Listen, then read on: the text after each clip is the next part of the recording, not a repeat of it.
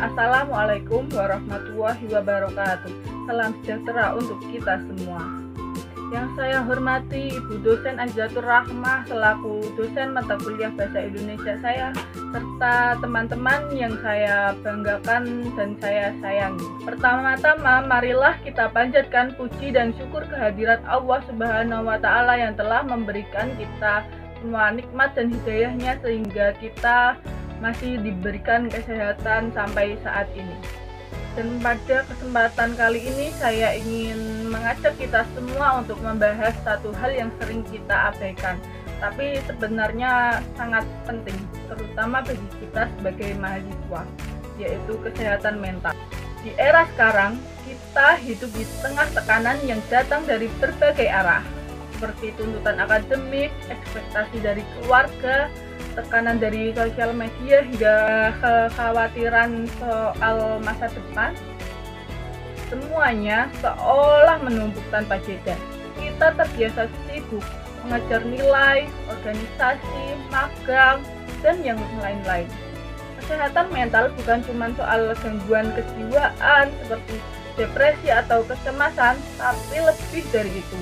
Ini soal bagaimana kita bisa merasa tenang, bisa merasa berpikir jernih, bisa menjalani hidup dengan sadar dan tetap berfungsi sebagaimana mestinya meskipun dalam tekanan. Sayangnya stigma masih ada. Banyak yang menganggap bahwa membicarakan mental health itu lebay atau cuma untuk orang yang gak kuat. Padahal setiap orang pasti pernah merasa tidak baik-baik saja, dan berbicara soal itu bukan kelemahan tapi keberanian. Menjaga kesehatan mental bisa dimulai dari hal-hal yang sederhana seperti olahraga ringan, tidur yang cukup, pola makan yang seimbang, menulis jurnal, atau bahkan sekedar membatasi waktu di media sosial. Dan jangan ragu untuk mencari bantuan seperti konseling kampus, teman dekat, atau tenaga profesional bisa jadi tempat untuk kita berbicara. Kita tidak sendiri dan kita tidak harus menghadapi semuanya sendirian.